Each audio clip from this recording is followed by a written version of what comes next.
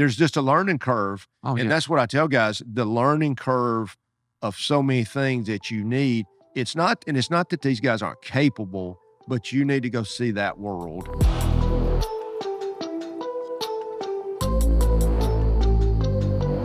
So today we talked to a guy named Coach Bill Clark. Now, Coach Clark has been in the state of Alabama for many, many years. Now, we go through the story of growing up with just extremely middle class, honestly, really similar to me. His dad was a high school ball coach like me. Mom played the organ in the church, the piano in the church, just like mine, and knew from early on he wanted to be a college football coach, just like me.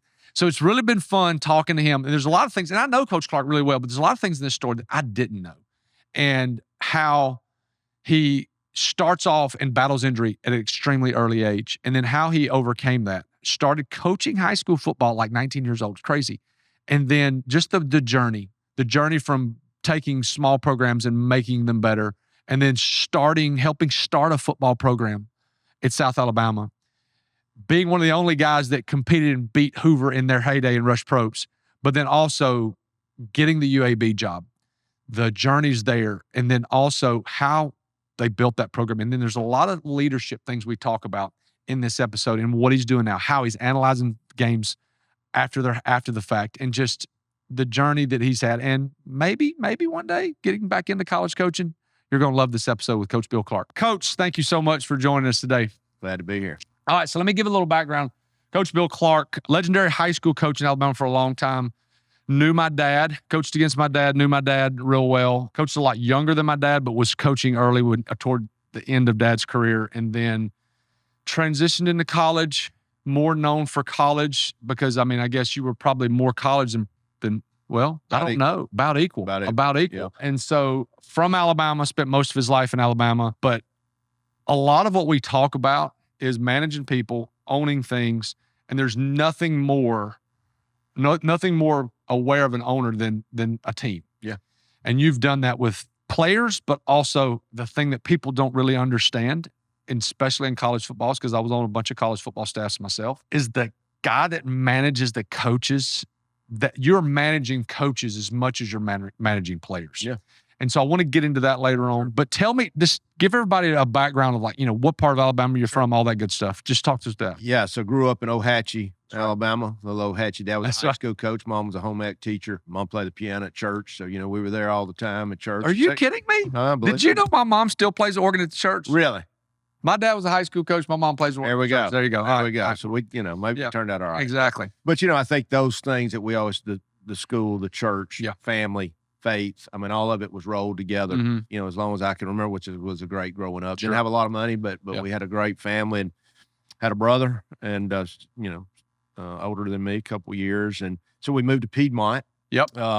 Dad became a high school coach, got out of coaching and started selling some insurance and real estate. Okay. So I saw a different side of the world. Played at Piedmont, ended up at Jack State. Now let me go back. Why did Dad get out of coaching? Yeah. And get into out of coaching and get into the business world?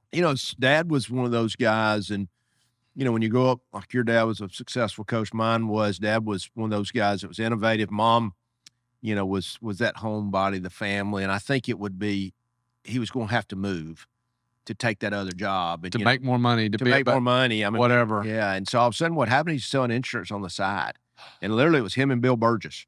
Really? Yeah, they're selling on the side. Franklin Life, who had taken coaches in, we just didn't have much money.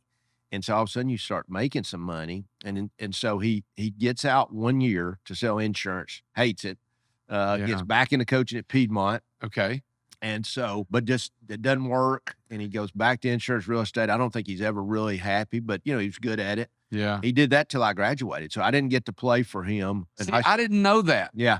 But okay. All right, so he's selling insurance. You didn't get to play for him, and then did he just continue selling insurance and doing that throughout your? Well, this is where the coach story gets really neat.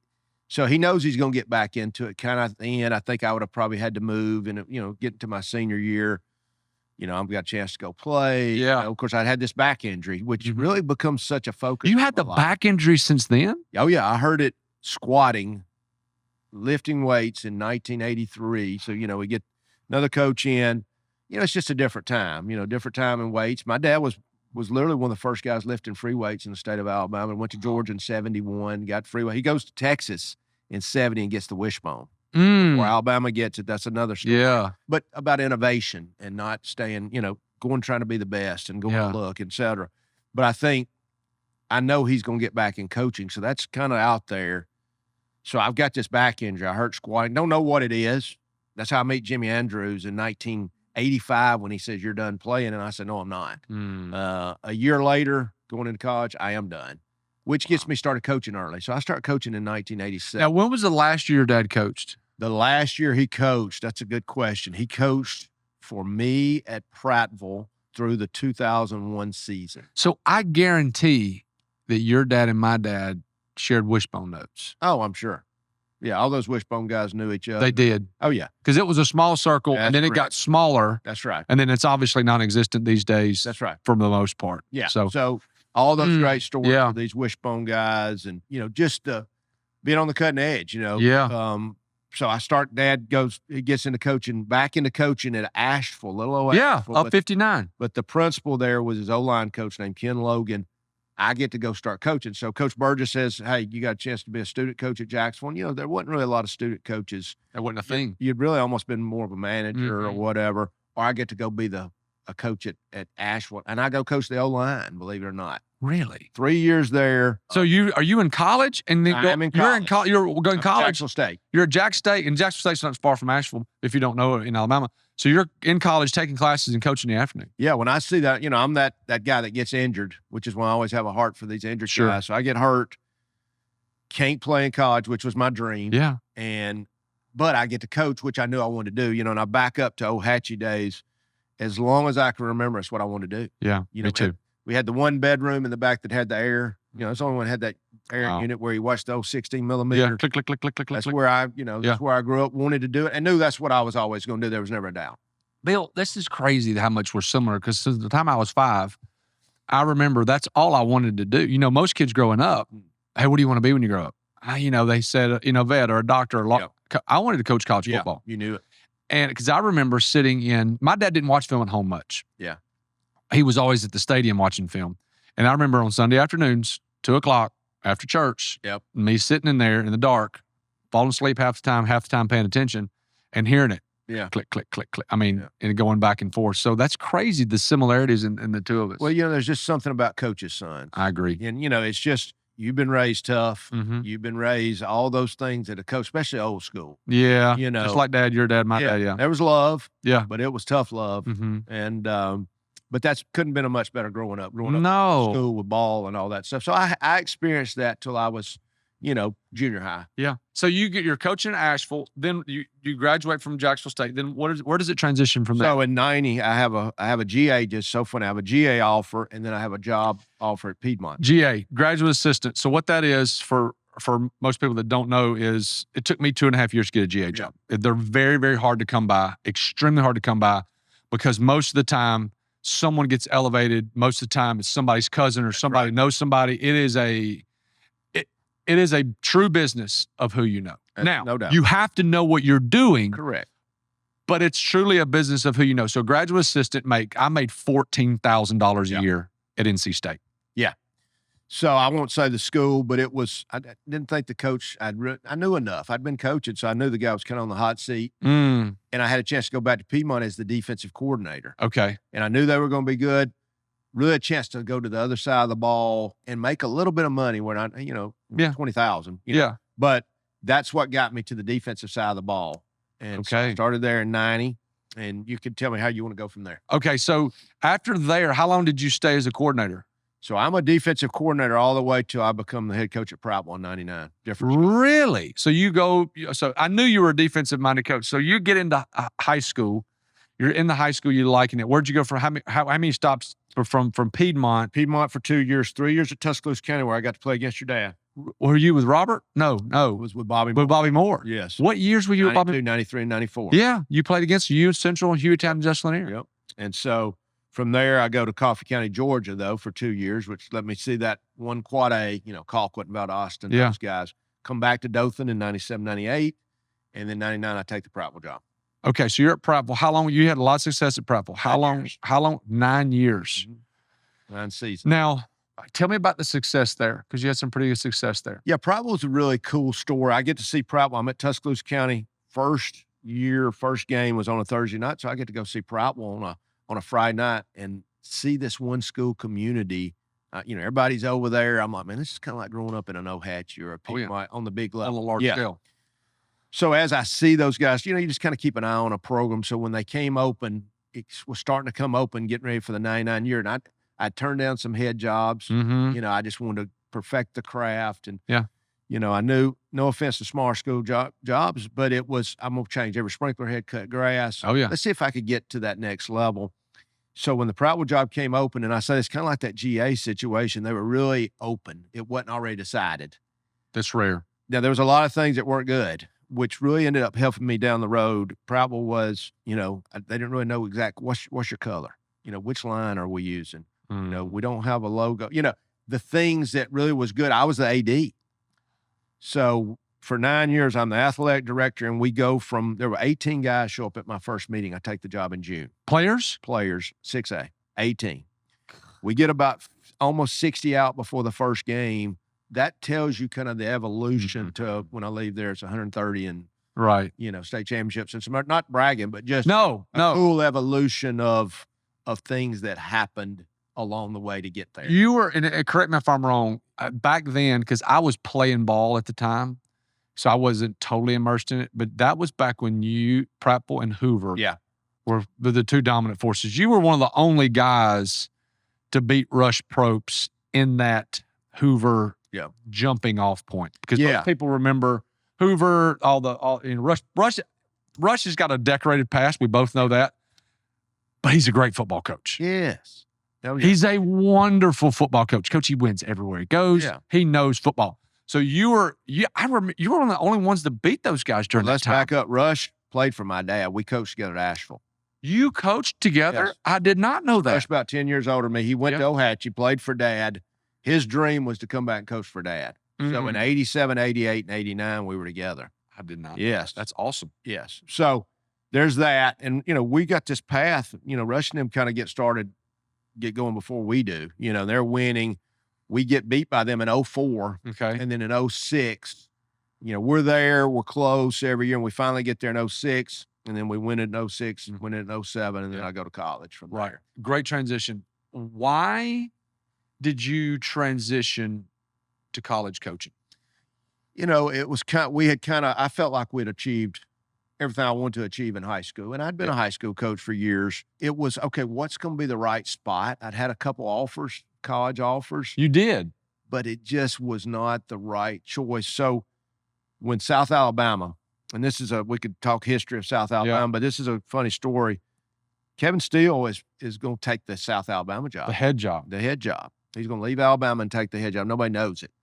He's asked me to come be the DC. Now, let me ask you a question. Is Joey there yet? Not yet. Oh. So, Joey, this job is coming open. And sorry, we're talking like we're sitting at a coffee table in the living room, and I just forget. So, Joey is Joey Jones. Joey's a really, really good high school coach at Mountain Brook High School. A lot of success there. And so, I'm sorry. Go ahead. No worries. Yeah. So Kevin's going to take the job. Right. Him and the president have a little disagreement. He backs out. A couple of more guys, and Joey gets the job, who I'd known forever. He offers me the defense coordinator job. I kind of help. Yeah. I'm the assistant head coach, so we go in together. Now this is starting the program. Yes. Come from total scratch. Total scratch. Yeah. How was that? How was that process? Oh my gosh. So I'm scheduling games. We're going to find players. We have no facilities. No. Nothing. So, all right, I think this is a good place to put the building. That far. We're playing at Ladd. Kind of like playing at Legion. Mm-hmm. Yep. Players from nothing. So the question the first year was, all right, are we going to play a prep schedule? Yeah. Or are we going to play, not sit out 1 year? Georgia State was coming along at the same time. They decided to sit out a year. They were. Yeah. I was like, hey, let's play a prep schedule. Play games. Let's play games and create some fans. We played 7 prep teams. We're 7-0, which translates the next year into playing some played some 1AA teams, still some prep games. Went undefeated again. Now, here we go. We're starting to pick them up, though. And, right. When we go to FBS in 2012, was the fastest anybody had ever gone to FBS. Really? Which wow. was tough, So going from there, that process had to be hard, but it had to be kind of fun. It was both. Yeah, it was hard and fun, and I think along the way, the good Lord was preparing me for things to come, but I had been a head coach, and you know how it is when you've been the guy and then you step back and you got to put that ego back and we want to be great defensive. I'm the assistant head coach, but I'm not the head coach. Mm-hmm. So it was really those things. I think as I go to the next stages, I could tell guys, let me tell you something. Yeah, I was an assistant for years and was a head coach, but I even stepped back to the assistant role. Sure. So I knew the things how I wanted to be treated. Yeah. So how long were you at South? So from the 08, I left after the 07 season, so it would have been 08 through that 12 season. Okay. At Christmas is when I left to take the Jack State job. So you're at South Alabama. What was the process of getting your first head coaching job in college? Yeah, it wasn't easy. I started the process really as I'm coming out of high school and I know I'm going to be an assistant. I'm thinking, okay, there's going to be a time when I'm ready to be the head coach. I got to get my name out. One, just to help in recruiting. Yeah. To kind of get us who we are. So I called this thing TDP, Total Defensive Program. Okay. And Tony Franklin and I had talked before. Tony Franklin, was with Rush, kind of had left Kentucky as one of the first spread guys. You know the story. Tony's probably made more money on his selling the system than he has coaching ball. Well, Tony was a great business guy. He was. And so here I am. I was kind of the defensive guy. There was the offensive guy, Hoover, Rush, and Tony. Yeah. They were together. So he says, hey, why don't you do your system with me? And I really couldn't at the time because I was a high school coach, but it gave me the idea. And I got approached by another group who said, why don't you do this and do it national? Wow. So I think, okay, we'll help sell our program. We'll sell our defense, maybe sell Bill Clark a little bit as well. And I ended up with 145 schools across the nation running my defense. Wow. Yeah. Now, was that really similar to Tony's situation where they were paying a subscription and you were visiting with them on, once or twice a year, things like that? Yep. So you held a seminar. Yep. They paid X number of dollars. Yep. And I did it on DVDs. Yeah. And so they would get, of course, I'll have guys to this day say, Coach, man, I watched your defending the wing tee and we did this. This was last year, so it's still out there. Are you kidding? No. And those guys really. Doesn't that make your just heart feel good? It does. And and that was a chance to talk about things besides defense. How we want to treat our kids and our faith. It's just, these are ways to still let the light shine that we want to shine. But it was a way kind of I know that was your question was about how do you get your name out? Mm-hmm. How do you establish yourself? How can you be confident and not arrogant, or all those things I think that go together to kind of promote your brand. And that's what I was doing then. Now, that took time, but I think one, it helped our recruiting. It helped me. I'm speaking nationally to these guys at clinics, Glacier clinics around the country. As I got ready to get my name out, and of course, 13 was Jack State, my alma mater. Mm-hmm. There was some help there. Sure. They did know me. Yeah. So we can talk about that. You replaced Jack Crow. Okay. Who I love Jack Crow. You love Jack Crow. My dad loved Jack Crow. They were, just a great football coach. So you see these processes out there these days, and I know times have changed, but was it an interview process, or did they say, we want Bill Clark, call you up, we want you this much money, this many years, come to, or was it a whole process? No, it was a process. Walk me through that. Yeah. So, I think for me, it was, okay, I'm ready. Mm-hmm. It's time. And that's where you try not to get frustrated. Yeah. Okay, wait a second. I feel like I'm ready. I had some offers before, but maybe and I knew it needed to be something with people that knew me. Sure. A UAB. Yeah. A Troy. Jack State was kind of my dream. That was my alma mater. My dad lived in Piedmont, right down the road. 20 minutes away. Yeah, all those things. But what I had to do was, and we were playing in Hawaii when I get the news Jack was retiring. My phone, we're playing Hawaii. That was kind of the end of the year, that FBS year, where we're going to use that as a bowl game. We had our one afternoon off. Yeah. And you're talking about the good Lord. I'm looking down at Battleship Row at Pearl Harbor. Wow. And I'm up here and my phone gets service and I got 40-something messages from people saying, hey, Jack State's open. Behind the scenes, and I can say that's Greg Seitz and Ed Led and all those guys there. They were assistant ADs at the time, and Greg's the AD now, but it was not a done deal. They had another guy in mind already. Wow. Okay. So, I just start calling, and I've got a game to worry about, but I start letting people know that I'm interested, very interested.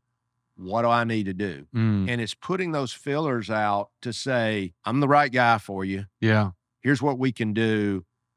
get me in the door. You know, Yeah. and it's anybody and everybody. Oh, you got to call the kitchen sink when it comes The to a whole situation kitchen like that. And so that was kind of my process of people that know me and knew me, and who could I get in front of Sure. to get into that mix. All right, hard question. Could you have left Prattville High School as a head coach and gone to be a head coach in college? I could have. And I know people don't really want to believe that, but I would not have been as successful if I had not gone to South. And here's what I tell you. Yeah. This is what people don't really understand. I'm going to make a caveat here. Yeah. Where we were at the end, the Prattvilles, the Hoovers, I go to South Alabama and it's a big step back. Not because we were just starting. Absolutely. People don't get it. Like football in Alabama, Texas, parts of Georgia, parts of Florida. It's a big deal. Yes. And you were at one of the best schools. It was college. It was. It was college without recruiting. That's when you weren't recruiting in high school, yeah, as it is now as much. But I could have gone to a Jack State, and I think would have ended up maybe being okay, not going to UAB. Because the difference in FBS and my level, there's just a learning curve. And that's what I tell guys, the learning curve of so many things that you need. It's not that these guys aren't capable, but you need to go see that world. It's like Dog Daggett used to tell me, you don't know, and you don't know you don't. That's right. You don't know what you don't know. Yeah. So the years at South prepared you dramatically. Oh my gosh. Yeah, the recruiting process, the money stuff, the expense, all those things. Oh, it led to success, and I think that's the difference. I think we'd have found a way because we were close. I think Jack State was more on a level where we were, which is kind of like starting out at South. But that jump to FBS and that level is different. It's just it just is. And so that's where people have such a hard time making that jump versus making a jump to maybe a Division II. Sure. Can be done. Still would be hard, but not as hard. But going to FBS, that's really hard. So what year was Jacksonville State? What year was that? 2013. 13. So I was already out because my last year, we never played against each other when you were at Jacksonville. You were only there 1 year. 1 year. So Jacksonville State for a year, and I want to say this respectfully to Coach Crow, because we both love Coach Crow, and Coach Crow did he's wonderful. Coming into Jacksonville State, what did you have to clean up? Yeah, so and Jack and I see each other once a week. I'm on the Coach Safely board. I'm the acting president right now, which we could talk about that later. But what Jack had done was create a winning atmosphere. Mm-hmm. He had raised money. He had helped build this facility. I'm coming into a good situation. I've got players. Yeah. I look at Jack State and go, okay, they're 100-something in defense. And maybe they weren't 5 years before. But right there was a time, had not won a FCS playoff game. They had won the conference, but not won a playoff game. So, all right, here's our goals. Let's get the defense. Let's keep scoring points. Let's get the defense better. And let's just elevate. Let's just elevate. And, hey, let's go win a playoff game. We got to get in the playoffs first. Yeah. And then let's go try and win a playoff game. So it was just taking what was already there and just trying to take a step. Yeah. So it was it was truly a tactical thing of like, hey, let's make the players on the field better. Yes. Because Jack had done, let me tell you something. From an FCS stadium perspective. Yes. It's awesome. Yeah. Let me tell you, Jack and those guys with him, you got a great town. That's home. So I know it. I know the people. And that helped me go in to know the Greg Seitzes of the world, the Ed Letts of the world, these guys and people around the community that could help me. So I had some things that were helping me. And I just said, hey, let's not step backwards. This is good. Now let's go try to be great. So you're there for a year. Yeah. Have some success there. What was the process from getting the UAB job? Yeah. So this is very interesting. So what happened, we had literally, when I tell you we had the whole team coming back, we had the whole team. And that was when FCS was really the time you could bring those FBS guys back. So the people that don't understand and know college football, back in the day, there are a handful of schools in the country that they were just really pegged as taking what we call drop downs. Right. So Division I to Division I AA, we're using old terms, but FCS to FBS, these kids could drop down and not sit out. That's right. And that was the beauty. Oh, and you guys had boatloads of those good players. And there's a couple of, but for the most part, Jacksonville State was one of the places to go in the country. Yeah, one of the nicest FCS schools. in a great state. So you would get a guy who maybe had an injury, maybe tore his labrum. So now he's the third string guy and can't catch up. Or he's the backup quarterback, which we've seen for years. Yeah. So we started getting those guys. Plus, I had so many relationships being a high school coach in the state. Oh, my gosh. Everybody knows me. I know all the college coaches know you. Yeah. So a lot of great advantages there. And so we had, not only did we have our team coming back, we got beaten in the third round, close game with Eastern Washington. Who was awesome. He was really good. We had some really good wins, first two rounds. But we had that team coming back, and we had some guys coming that nobody even that knew about. Of course, John Gross, who was my offense coordinator, takes the job and does I love John. those guys. So there we go. Now, UAB. So you go to UAB. What was that process like? So here's the story on UAB. I had been interested when Coach McGee got hired by Brian Mackin. I love Brian. Brian's a great friend of mine. So I'm at the coaches convention. We're playing for the third. I hear about UAB coming open. I have a guy, I'm at Sweetwater High School, Stacy Luker, the head coach there, who coached with me in Alabama, Mississippi, goes, man, I hear you're going to UAB. I said, no. I said, no offense to UAB. It could be great. I've had players there, Zach Woodfin and so on. Love Birmingham, but they're not committed. I'm at the coaches convention a few days later. I mean, I'm literally get off the game, the last game, go recruit. You know how you do in college. You get off the road and you go recruit. And now I'm at the convention. Football Scoop, which is social media that puts out all the coaches that are hiring, fired, says Bill Clark's taking the UAB job. I have not spoke to him. You've not spoke one word. I get a call, my president.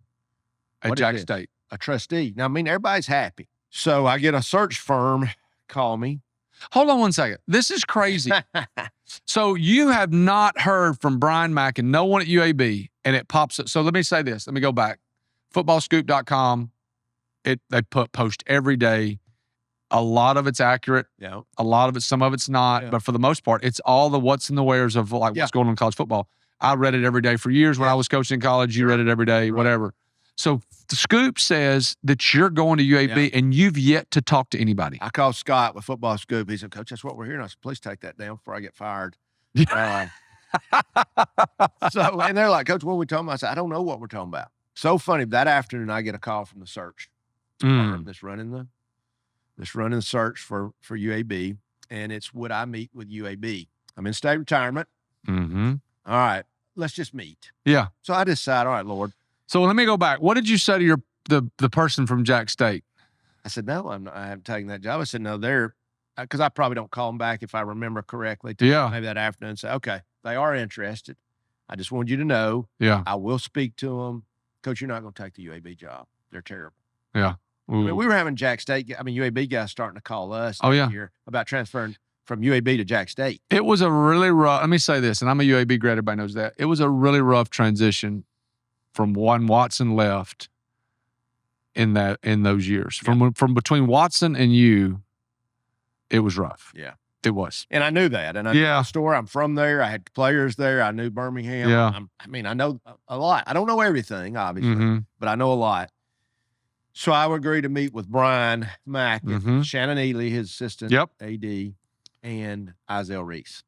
I did not know Izell was involved. Did not know Izell Reese. And, some of those times when you just feel you've had to answer so many questions through the years, at Jack State. I mean, I was interviewed at Jack State. I went through the process. I'd been through the process at Prattville. I'd done other jobs where people would interview me, and I was the number 2 guy back in my early years. We know you're going to be great, but you're too young. So I had gone through it through the years. So this was kind of like me interviewing them. Yeah. More than them interviewing me. And Brian calls me soon thereafter. You're the guy I wanted before. We got to have you, and it was, I'm talking to Jennifer about it, and we're saying, it's Birmingham, what it could be, big pay raise. I'm in the state system. So there was a lot of things that went into that. But I did think I had a history of taking ones that weren't good. Prattville. Yeah. Jack State wasn't necessarily that, but South from nothing. Starting from nothing. It's so, and I like that. Yeah. I don't know, you have those things that are put in you that are, I love the idea of being the one to go turn something around, and thought, okay, if I get some backing, I'd seen UAB when you guys were there, have some success. Heck yeah. Be good teams, be top defenses, beat LSU, Go play these games. Beat TCU. Hey, it just needs me. Yeah. It just needs some TLC Mm-hmm. and all the people I know. And I'm a former high school coach, so then I decided to take it. Wow. Talk as much as you can about finances. When you talk about a big pay raise, was it a dramatic increase? Yeah, I mean, it was from 200,000 to 500,000. Oh, so more than double. Yeah, That's wonderful. no brainer. So here's the thing that people From a high school coach. From a high school coach, yeah. Well, let me say this too. Here's the thing that people don't really get because they don't understand this because you're really the anomaly when it comes to, you've mentioned the state system. So in the state of Alabama, in most states, you get to 25 years, you can retire. Yep. And Prattville, state system. You spent 2 years at Coffee. Yep. That doesn't count. Piedmont, all the different places you were at. Tuscaloosa County. All those are state qualified. South Alabama. And then you go to South. Which was purposeful. And then from South, you go to Jacksonville. So here's what people don't understand about the retirement system. The more money you make, the higher your pension, true pension, is when you retire. I get my dad's from Georgia to this day. My dad's been gone 4 years. Right. I get my dad to this day. And so what he's saying is staying in that system, it builds that to when one day when you retire and you get, I mean, the number could be absolutely astronomical. Well, two things. One, they end up capping it at a point. But let me just say, and this was when we go back to your dad, my dad, they didn't make a lot of money. They always had great health insurance and a great retirement. Great retirement. So people chose to stay in the state of Alabama. Dr. Braun, our legislative folks, Jabbo Wagner, those guys that took care of our teachers, where he said, okay, maybe we don't make as much, but we got this great health insurance and we got this retirement. I know we brought the pay up, but I mean, I just hats off to those people. And people need to understand that's how we've kept good educators for years. There's no doubt. I mean, didn't take some college jobs, loved UAB, but I also was in a good state retirement. Sure. So let's give hats off to those guys. They do. And be how appreciative. My mom is in it. My dad was in it. Right. It's a huge deal. And mine as well. Okay. You're at Jacksonville State. You get the UAB job. Do you have an agent at the time? I do. Okay. Yes. Why did you think it was necessary to have an agent? I was telling the story the other day. I get a call. I'm leaving Prattville, and a guy says, hey, Coach, I'm Dennis Cordell out of Virginia. You don't know me. I represent some college coaches. I got a lot of coordinator type guys. I see you as an upcoming guy. Could I represent you? And I said, well, I'm not. What does that mean? Yeah, I've heard of it, but hey, you need somebody to look at contracts, which believe me, you do. Could I represent you? And I won't take money on this first contract because you've already agreed to the amount, right? Yes. But the next one, where you get a pay raise, then I'll start taking a percentage. How about that? Pretty good deal. That's a great deal. So you know what? Win-win. Are you still with that guy? No. Okay, but that's a hustler. I love that. Oh yeah, he's a great guy, and I stayed with him till his distance away. When the program shut down, I changed agents. Changed because of proximity, right? Because he wasn't good. Okay, walking into UAB, what was the number one or number two things that you said this has to change? Gosh, I know there's a list, but I want the most important and the second most important things you had to change. First was the dynamic of the team. And, when I go around and speak, I talk about two different teams. I walk into the same rules, right? So we've got a pyramid of success and all the things we believe in. And, it's like we say, we're giving young men rules. We don't want to give them too many. Yeah. They won't remember them. And, we can't enforce them. But these rules are the rules we're going to follow. So it's the same rules for Jacksonville State players as it was for UAB guys. What's the difference? Jack State guys came in with eye contact. Their chests are up. They're confident. I mean, they were not the national champions, but they thought they were going to win. I see the UAB guys. I can't get eye contact in the first meeting. Wow. Hey, look at me. So they've been told things that weren't true. The coach is going to stay. I'm going to fight for you. We're going to get this equipment or this facility. The facilities were the worst. Bad. I had not seen them before I took the job, thank God. Yeah. But I had to fix the players' psyche. So they were mentally broken. They were physically broken. Wow. All those things. So it was players first, facilities second. So that was kind of my two, because it went with getting players. Yeah, you've got to have facilities. You've got to have facilities. Yeah, and I think that was... I would say UAB was a bad high school facility. Very, very much so. The facility, the weight room, and the meeting rooms that I had. And I look back, and I know Coach Brown. I look back at what Watson did. Yeah. With what we had. That's right. I'm dumbfounded. Yeah, it really is phenomenal. I'm dumbfounded at the players that we had, the wins that we had, Yeah. the things that we did with what we had, Yeah. Bill. That's right. It was unreal. Yeah, I think there was always the hope. I think every one of you guys, and now, and these are my guys too, Zach Woodman's one of your favorite people Yeah, on planet Earth, and he was there with us. Yeah, and it was, well, we're going to get this. Yeah. If we just win, Yeah. we're going to get this. And you already had this really historic, great stadium, Mhm. Legion Field, and you got this world-renowned university medically. You're in football hotbed, so you did have those things going for you. Right. When taking over a program or a business, what are the must-do things the first 90 days? Yeah, I think a vision. What is your vision? And then you got to communicate that to everybody. And I think having this buy-in, it's amazing. I speak to so many business guys and so many churches, and these guys are like, wait a second, your coaching team is like my business. I said, right. Yeah. It's very similar. Yeah. And I said, this vision, whatever it is, and you want it to be the best, just like the best play. Oh, sure. But whatever it is, we got to communicate it. And it's got to be over and over. Now, we could talk about all the minutia of that. Be glad to. Yeah. But what is the vision? And you got to communicate it quickly and often. Right. Okay. The hardest part about any business or team is people. Yeah. The best part about any business or team Amen. is people. Yep. What's the hardest part about managing college football coaches? Oh my gosh. There's so many things there. And I always decided I was going to go for belief and loyalty over experience. Oh, okay. Now, I wanted experience and I needed some, Yeah. but I went for guys that believed in me, believed in the system, that wanted to be with me versus this name guy who had been at Alabama or been at Michigan, and there was no offense to them. Mm-mm. It was just, what we're getting in here at UAB. So anytime a guy feels like, or it could be a lady in something else, but anybody, they feel like it's a step up and they're part of the family. I've heard business guys say, well, you can't, don't say family at your business. I said, well, I hear what you're saying, but I wanted them to at least feel the things from a family that I cared about you, that when I tell you something, we're going to do it, or I'm going to die trying. You could trust me, that you're not going to work harder than me. Yeah. Those are the things that I think that vision, because it's about people. Always. And so, all right, so let's go to the players. All right, guys, let me just make sure you understand this is how we're going to do it. Now, remember I said, this is not arrogant, but guys, this is why we win. Now, I could say then, hey, we've won everywhere we've been. Yeah. But you haven't been an FBS coach. We're going to win here. Sure. We're going to win here because we're going to do things the right way. We're going to do every detail. We're going to do it all the right way. Every little thing the right way. Now, it's not going to be easy, but it's going to work for you. Right. It's going to pay off. I'm going to care about you. Do coaching staffs that stay together have an advantage over ones that don't, and why?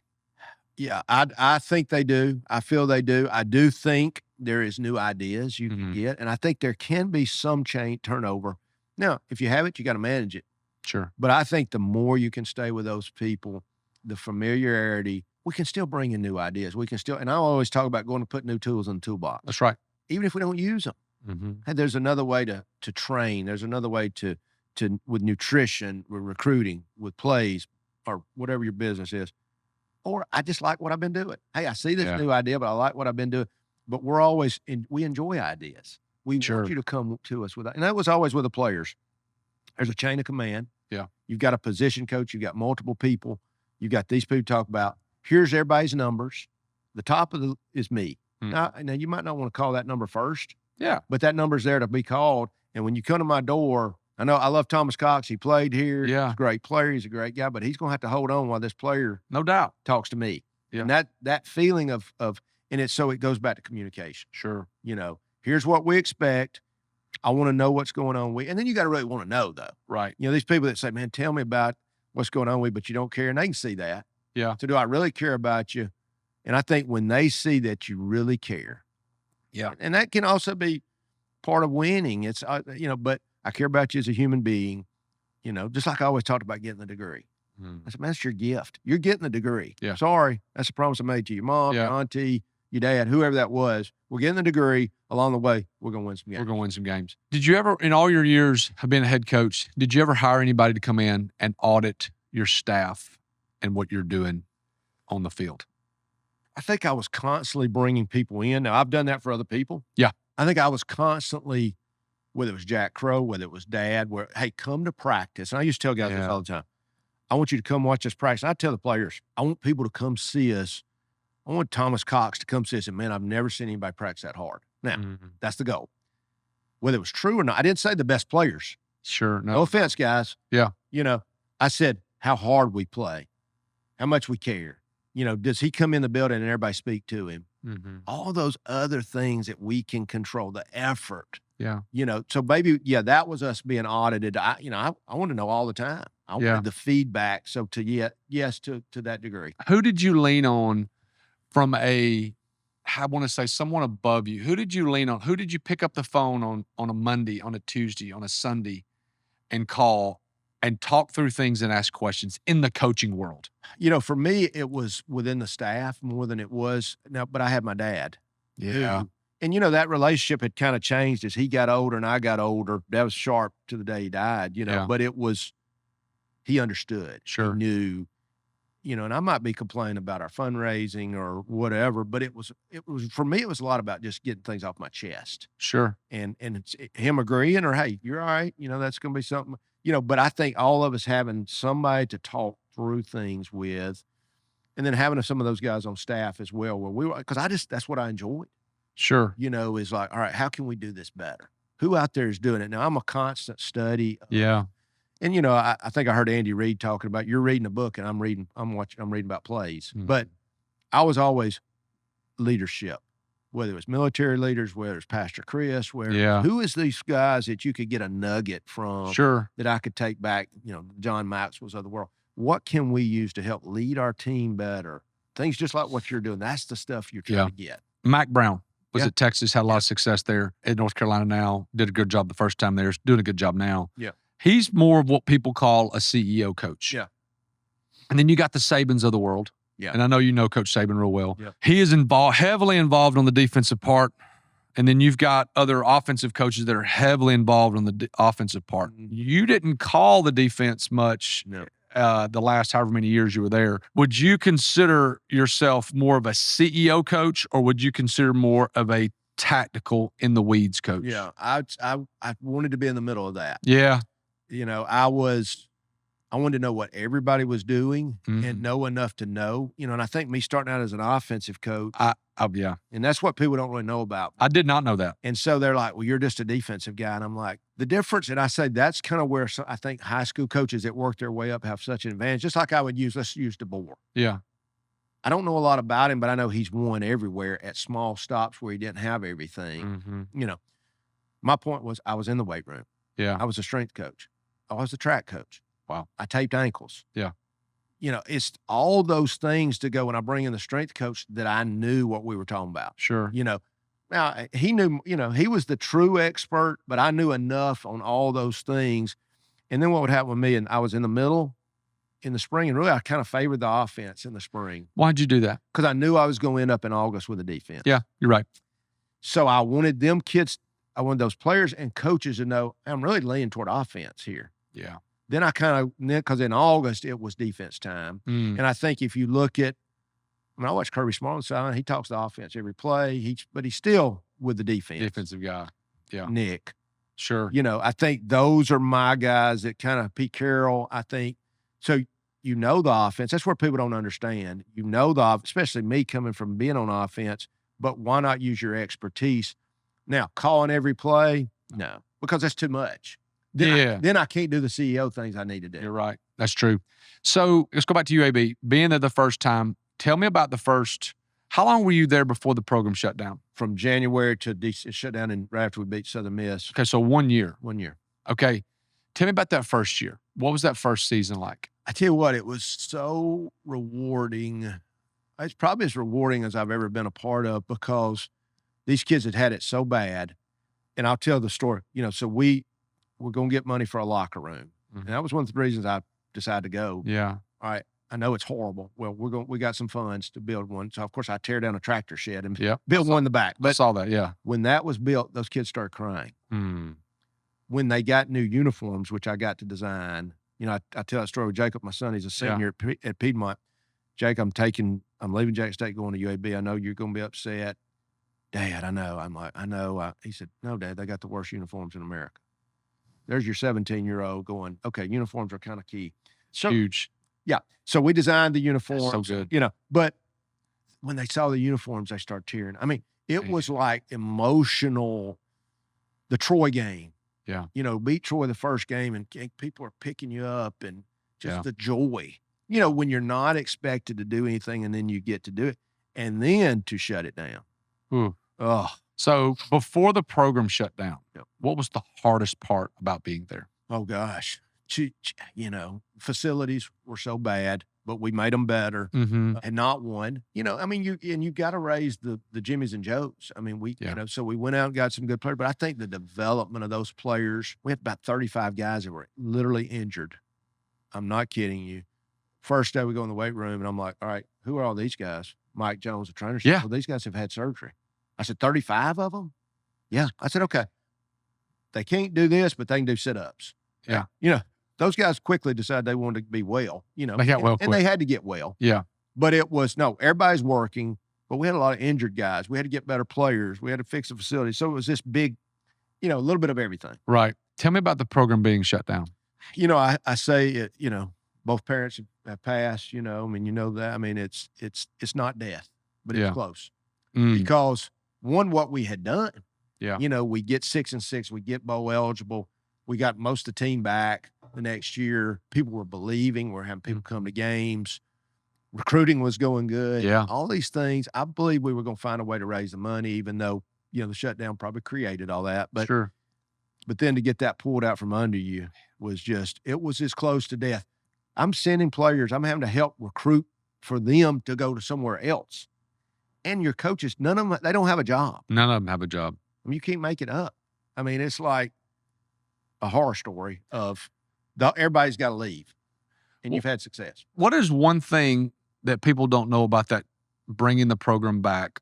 You know, I think everybody knows how hard people fought, but I think it was, man, what a great story from the ashes of, once again, it's almost like getting a job. It was all these different people that were willing to fight and put their money out there and expose the truth. You know, as I said, that'll come out in the movie someday. You know, we go, okay, what really happened here?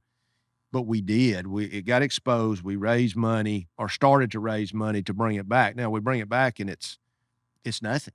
You know, there's no players there. There's no money. There's no facility. So, you know, creating this foundation to raise this money to do it the right way. Yeah, that's what's so cool. You know, about that story, from terrible to this great story. And then I think that one of the things that I know you're proud of and I'm proud of as alumni is, I mean, we were getting dressed and having meetings in a tractor shed. Correct. To what I felt like you designed one of the coolest, most, and I say this respectfully, one of the most space efficient facilities I've ever seen in a state-of-the-art facility. Yeah. I'm so proud of that. And I know you've got to be. How was that process? Yeah. So Jan Cowart was, if you know that he played at Auburn, was an architect. And I go see Clemson when we'd shut down, you know, Dabo and Woody McCorvey. Great coach. I love Woody. One of the best guys in the world. And he's the assistant AD for football, you know, with Dabo. And he said, man, we're building this brand new indoor, and we got this Disney World complex we're going to build here. That was before they built their building in 2014, after we got shut down. And he says, if you ever build something, you need to call this guy Jan Cowart. Well, Jan had played ball at Auburn for Jack Crow. What? And he's an architect. How about that? So he designs all their stuff. Football player. That's great. So what the cool story is, we literally go create this foundation from nothing, which wasn't easy.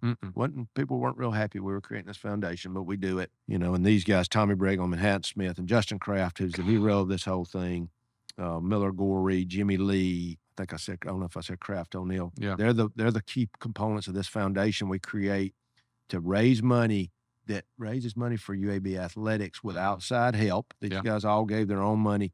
And then we started seeing the people of Birmingham, and I said, we're going to create something that we can be proud of. I got to be part of that whole design. Yeah. We raised the money, but we didn't have anywhere to go in inclement weather. So we were sitting around talking, and I said, yeah, we got to have an indoor. At that time it's 20 million. Now it's 40 million. Yeah. I mean, 20 million would have been, might as well have been 100 million. Might have been, yeah. I said, man, what could we do? He said, oh, you ought to build a flat roof like we did for Auburn Equestrian, and laughed. And that started the process of, what if we just did no doors, no air? Legacy comes forward. Big UAB folks believes in our vision. And I could tell you, we got them out there on the field. I got the 50-something players at that time, and a plane flew over. I said, y'all seen Sea Rock City? They said, yeah. I said, what if that was Legacy on top of this pavilion? Wow. They agree, with a lot of other people helping. They pay for the pavilion. We raised the 22.5. Whoa. You sold that to Legacy, saying it? Coach, that's brilliant. There was other people that were involved. So let me say this. So if you've never been to Birmingham, and if you've ever driven north of Birmingham at all, everywhere you go, it's like as bad as Alexander Shannara. You see Sea Rock City. So you looked at the Legacy people and said, hey, what if you were flying over this building and said, what if that said Legacy? Yeah. God, that's so good. And what was so great about those guys, they had done sponsorship at the Civic Center. Mm-hmm. Done race car. We had other people that knew them. They used to be UAB Credit Union. So we had this history. Yeah. And there was other things that completed the deal, but they believed, and that pavilion saved us. So then we attached it to the building so we didn't have to have such a big weight room. You're right. So the weight room now can flow out into the pavilion. I said, I wish we'd have copyrighted that pavilion because there's 100 of them out there now. But it's such a great thing. It's 120 on the turf, and we're 80 degrees in there with a breeze. It's awesome. So we could go out there. We could walk out on a porch. Yeah. So let's see. We used meeting rooms, offices for meeting rooms, and used our space. So we raised as much as we could, and we were able to put that whole facility is fundraised. How many of those are out there? Not many. I don't know of any. All right, so let's ask this question. What do you think your and don't be modest, okay? What do you think your number one skill is with raising money that you have? I think selling the vision.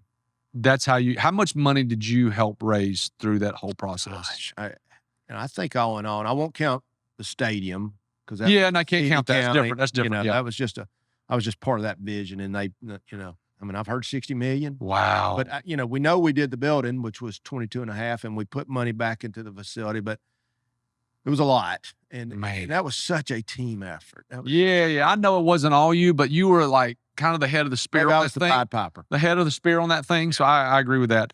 Let's transition into talking more about the state of where we are in college football, because college football is a business. What's the number one part of college football that needs to be changed today?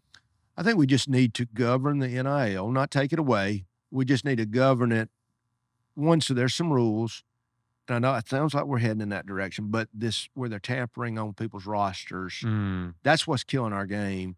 Where week 2, and I keep using Tom's, but Tom Scott played quarterback, and man, we liked him, and he was 20 for 25, and all of a sudden, hey, let's offer this guy week 2. So all of a sudden, you get reached out to by a third party, and you're trying to think about the next opponent. Wow. And you've just been told, hey, we're going to have a starting quarterback job down here the road.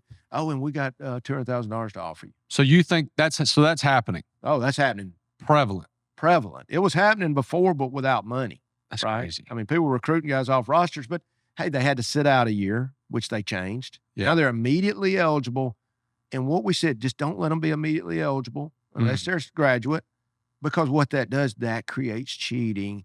And here's this kid, you're looking at him, you go, man, is he having girlfriend problems? Is he not making the grades? What's wrong with him today? We know he's been. USC's calling him. Correct. Akron's calling him. Tennessee's calling him. Nothing else, just messing this young man's mind up.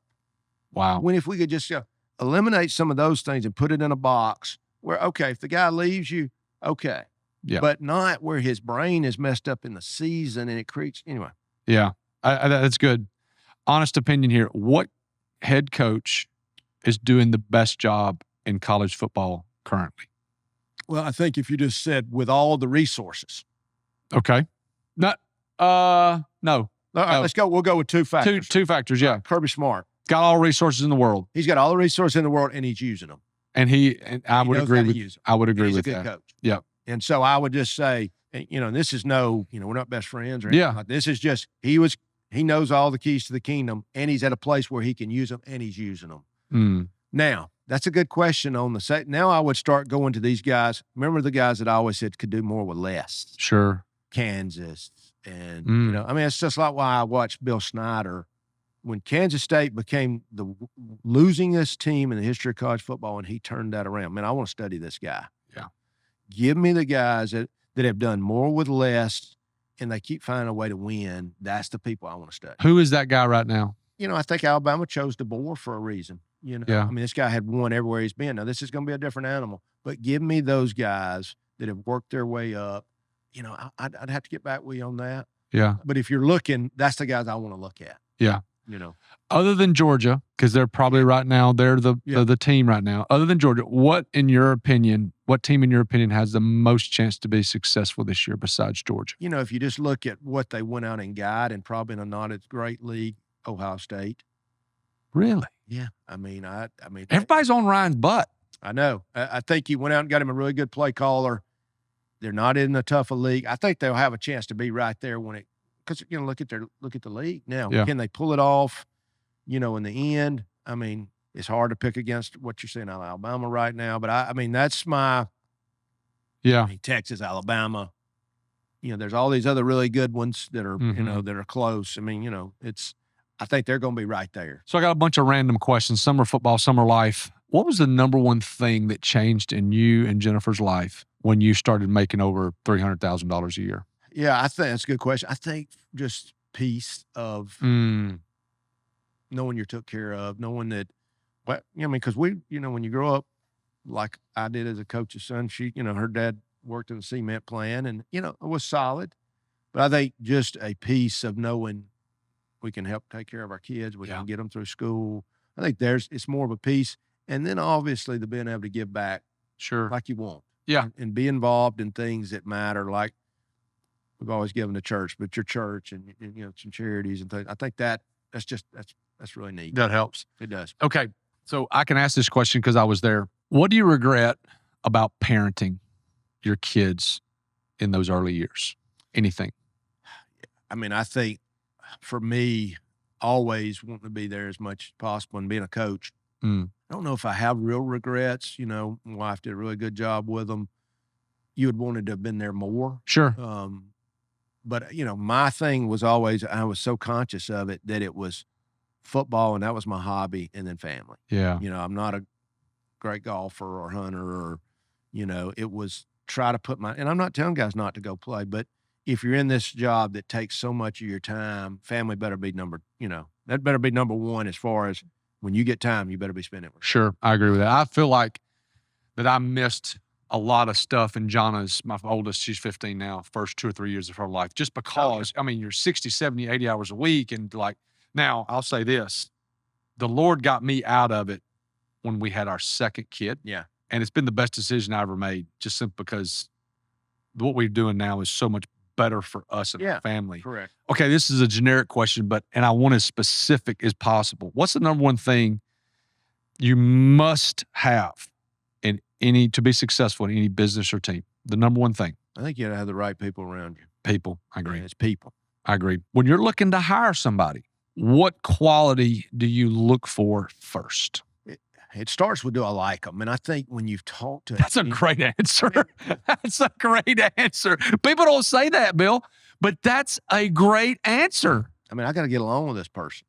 And when you've met as many people as we've that's really good. And players and staff and, and I'd say people can fool you, but, it's, the questions to ask to kind of, to have a chance to really know them pretty quickly. Okay, this is a self-reflecting question. What is the one thing you would like to improve in yourself when leading people?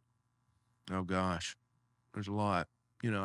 I think probably having true empathy to really understand everybody's situations and being able to relay that back in the proper manner. Yeah. I don't, maybe sometimes I'm not the kindest, even though I think I I always have their best interest in heart, but I think just relaying that and maybe feeling that better, to find a way to feel their needs better. Because I really believe in servant leadership. Yeah.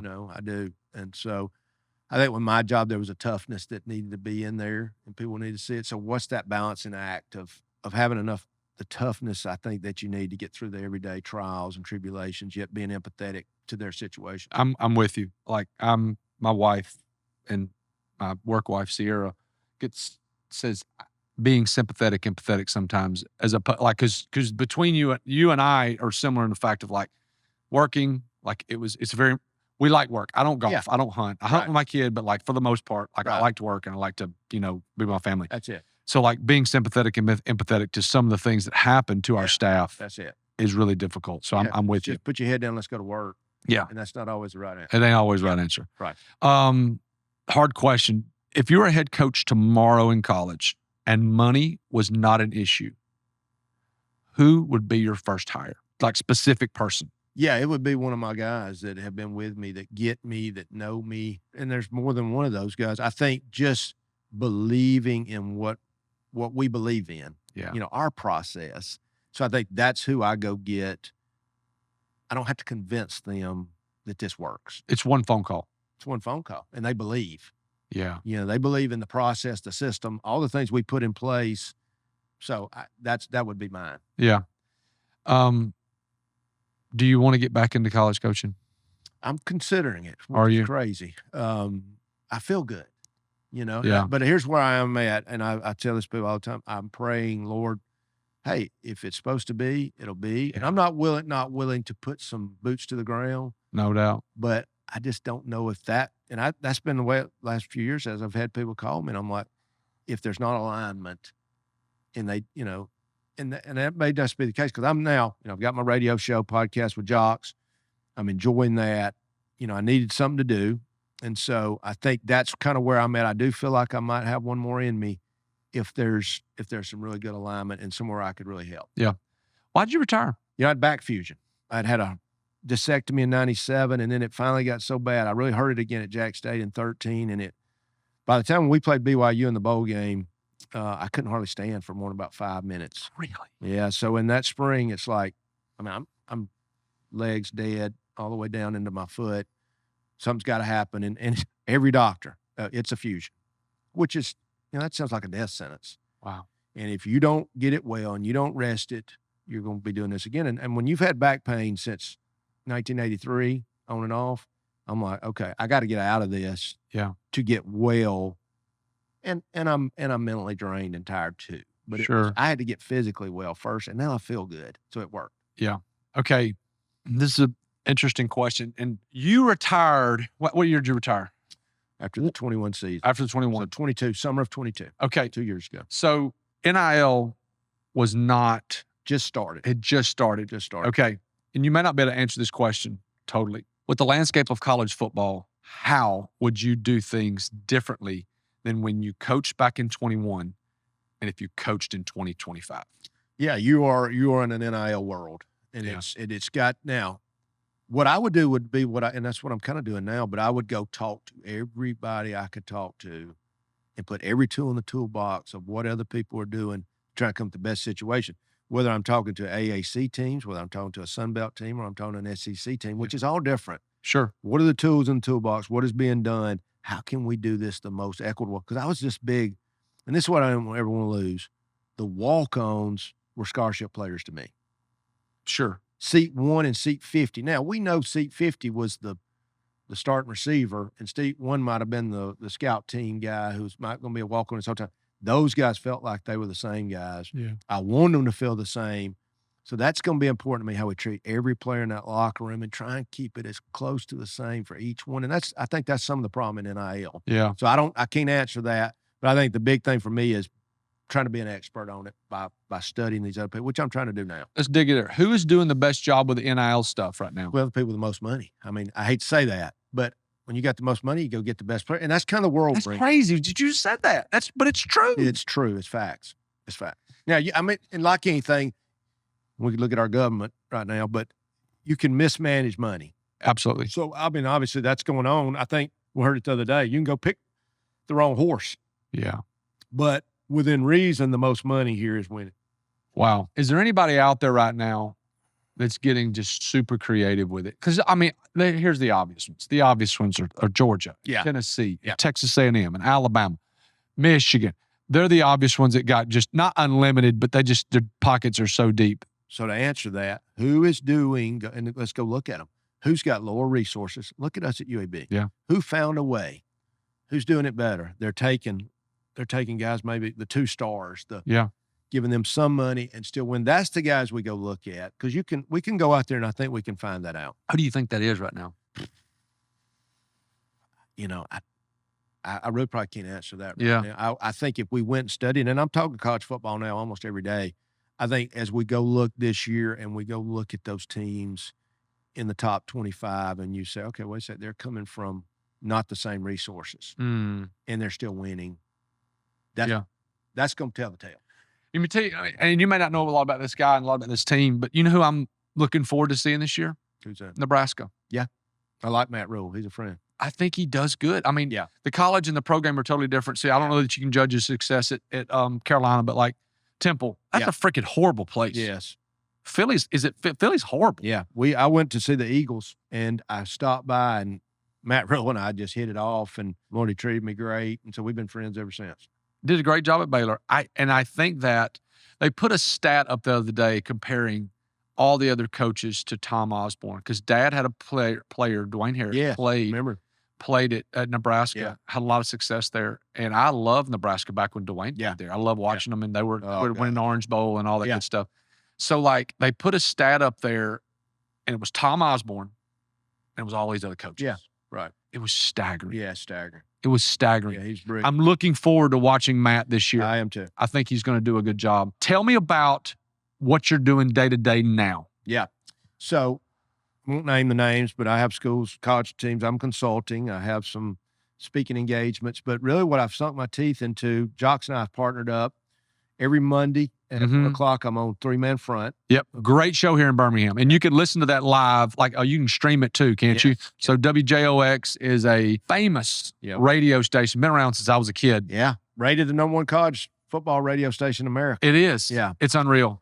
So I'm on with those guys at 1, and then every Thursday night at 6, and then they're also playing it Friday and Saturday is my radio show podcast. So it's a podcast. We're doing it there in the studios at Cumulus, but they're playing the radio portion, just the audio on Thursday at 6. Now it comes online right after the show tonight, so you can watch it. Tell me what you're talking about on the show. We're talking college football. And so, of course, there's going to be always some high school talk, maybe a little pro, but it's mostly college football, and we're talking specific coaching, and that's why I say it's kind of my playbook. Yeah. Behind the scenes. Okay, you thought you saw this, but let me tell you really what I think it is. Yeah. The coach's perspective, because there's a lot of former players. They're good. Yeah. Very few coaches. Sure. So I agree with that. A different perspective. Give me a snapshot of what you taught. What's going to air on the first show? So this was, we just finished number 3. Yeah. Just started. We got to get the word out, continue. But so yesterday we taped it. So we're going to do, we do a top 5. We're talking about the top 5, and I do the top 12. We do the top defense of the week. Yeah. We talk about local teams, UAB, Alabama, Auburn, kind of what's going on with them. Game of the week. This week it's Texas and Michigan. It is, yeah. So really study those guys hard. So just trying to be very relevant. And then we kind of at the end, we talk about like the new technology. How does the headsets affect? How does the iPads affect? That type things. Maybe NIL. Yeah. What do you think? What do you think about the headsets? That's the Dr. Pepper, Bill Clark. Dr. Pepper, we got it. Yeah, I think the headsets are going to be interesting. You're going to wait for people to go, hey, we're going to wait till 15 seconds when the mic's shut off. And then, all right, now you got a signal again. Or there's going to be a lot of gamesmanship. I think bigger than the headsets is the iPads. There's 18 iPads on the sideline. Every coach I talk to is, we don't even know what to do. I mean, it's game film. We're watching it. So that's what I thought. I thought about that. I thought it's going to be interesting to see who can morph and learn that the quickest. The quickest. That's the thing, because here's the thing. People don't understand this. College is the only level that didn't have it. Trussville High School, 100%. Coach, Trussville High School goes to the sideline, the linemen get in the tent, and they watch the film. Right. Been going on for a while. Been going on for a while. The pros, they got the surface. Yes. They're sitting over there. I don't know if they're doing pictures or video. Pictures. But they're seeing what's going on. Yeah. College has been in the college. They've got 18 of them with the game film. And these guys are like. Is it like it's coming from like the series before? Yes. Man, that's crazy. It's crazy. I think that's a huge game changer. Huge. Because like I would give just a silly example is my son's 6th grade team played the other night. Yeah. Okay. And he went over the practice before and then also in pregame. He said, hey, if we go in balance, this is what we got to do. Yeah. Well, you and I both know. You probably see better from the sideline than most people. Yeah. But for the most part, it's really difficult to see from the sideline. Yes. So Tegan, my son, goes, they're in unbalanced. They're in unbalanced. And he goes, no, they're not. No, they're not. And Tegan goes, okay. So we go over the film and he goes, first thing I need to do, I need to apologize. They were in unbalanced. And so being able to see that, right? Because how many times have you been there on Sunday watching the film and go, dang, they were in so-and-so. Yeah. Or they were doing this. Right. Because there's only so many things that a player can communicate. And there's only so many things that a coach can see in the box. Right.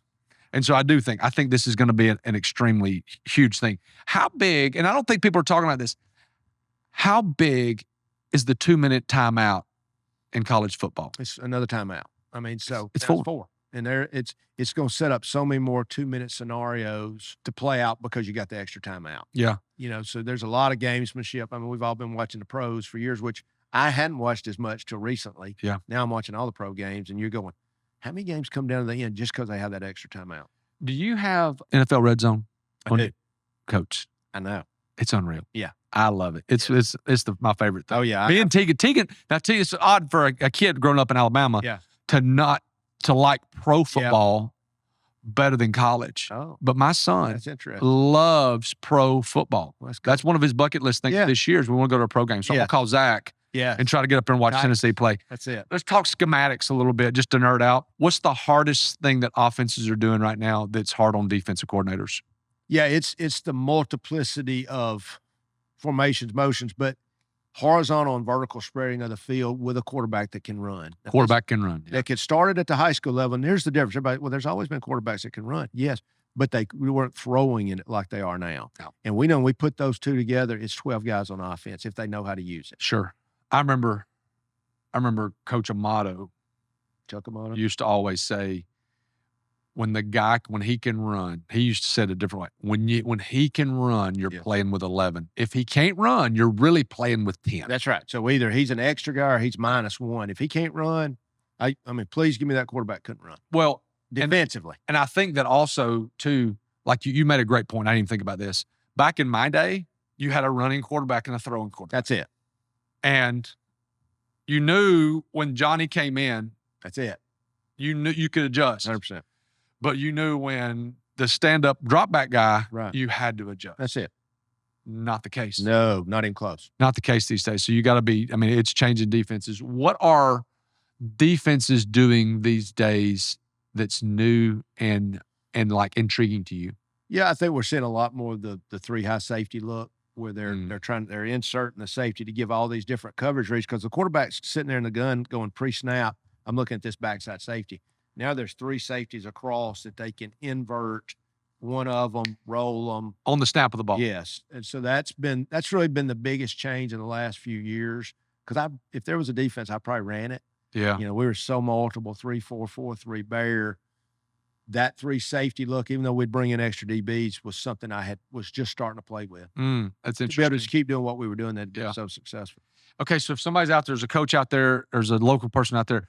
Where can someone find you? I want to talk. I want to make sure everybody listens to your podcast. Yes. I want to make sure if someone wants to hire you for consulting, whether it be high school or college, I want them to get to you. Where can people find you? Yeah, so I'm on Twitter. Okay, perfect. Yeah. At Coach Bill Clark. Okay, great. So I'm on Twitter. Also, don't mind giving out my email. Yeah. It's at Coach BC. It's CoachBC@gmail.com. CoachBC@gmail.com to get Coach Clark. And then also Twitter. Say Twitter again. Twitter's at Coach Bill Clark. At Coach Bill Clark. So if you need to hire a coach, want to just whatever with him, watch his shows. Anytime you have somebody that's got the experience and the time involved in college that's analyzing something online or on the air, it's worth the listen. Cole does a great job. Cole Kublik. He does. GMAC does a great job. They never coached. It's just different. It's just different. And so we've got a player's perspective. Anytime you can sit and listen to a coach, I think it's needed. Anything else before we leave, Coach? Anything? Great question. Very enjoyable. Awesome. Appreciate you. Thank you so much. Thank you. All right.